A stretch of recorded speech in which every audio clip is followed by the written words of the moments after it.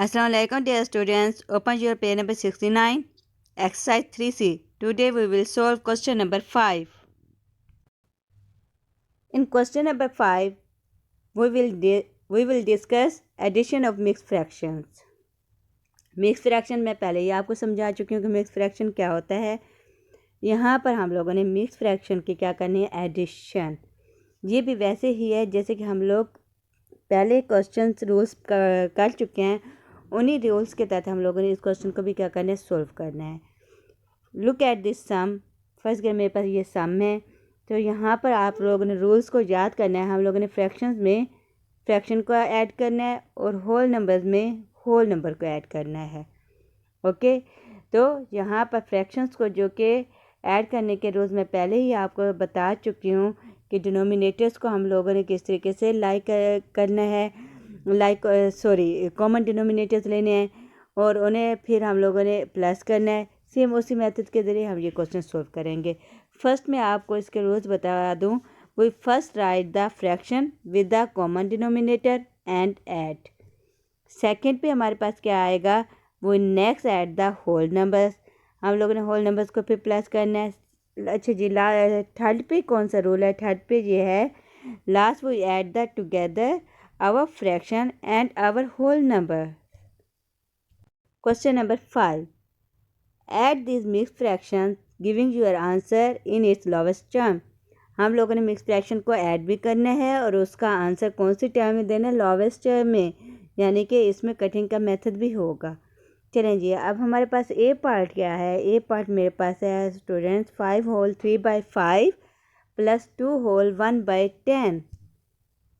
मैं अभी आपको रूल बता चुकी थी कि मैंने आपको क्या बताया था कि होल नंबर में क्या करना है, होल नंबर को प्लस करना है और फ्रैक्शन को फ्रैक्शन में प्लस करना है। यहाँ मैंने राइट डाउन कर लिया 5 + 2 3/5 प्लस 1/10। अब मुझे एक बात बताएं, हम लोग पहले जो कि क्वेश्चन हम लोगों ने सोल्व किया है तो हम लोग क्या करते थे कि फ्रैक्शंस के नीचे जो कि डिनोमिनेटर है उनका एलसीएम लेते थे। अगर मैं 5 और 10 का एलसीएम लूँ तो मेरे पास एलसीएम कितना आ जाएगा, 10। तो यानी कि मुझे इन फ्रैक्शंस के डिनोमिनेटर में क्या लेकर आना है, 10। यहाँ तो ऑलरेडी 10 है, यहाँ मुझे लेकर आने की ज़रूरत ही नहीं है इसको सोल्व करने की। बट 3/5 में देखें, यहाँ पे एंड पे क्या आ रहा है, 5।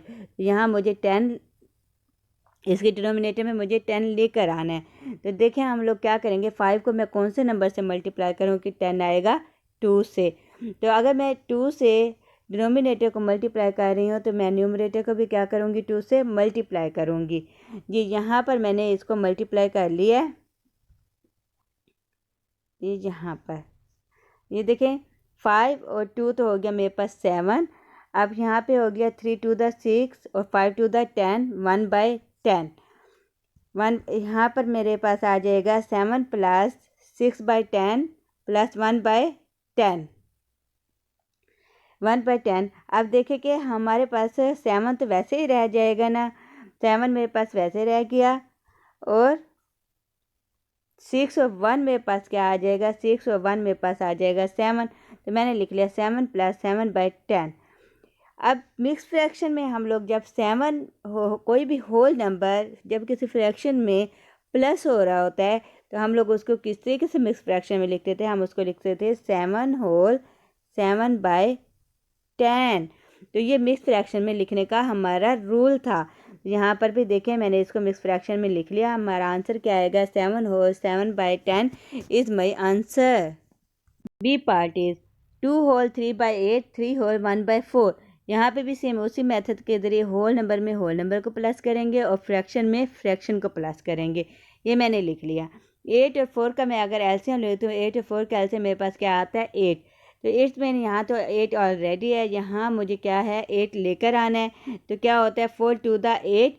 और यहाँ पर भी अगर मैं 4 × 8 न्यूमरेटर डिनोमिनेटर में मल्टीप्लाई बाय 2 कर रही हूँ तो न्यूमरेटर में भी मैं क्या करूँगी, मल्टीप्लाई बाय 2।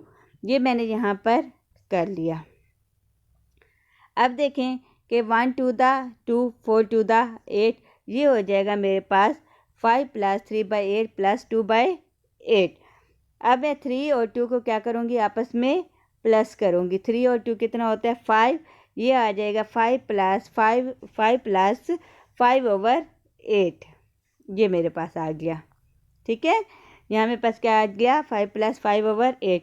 अब आपको मिक्स फ्रैक्शन में लिखने का मैं मेथड बता चुकी हूँ ना। इसको मिक्स फ्रैक्शन में कैसे लिखूँगी, जब एक होल नंबर और एक फ्रैक्शन प्लस हो रही होती है तो उसको हम लोग कैसे लिखते हैं, 5 होल 5/8।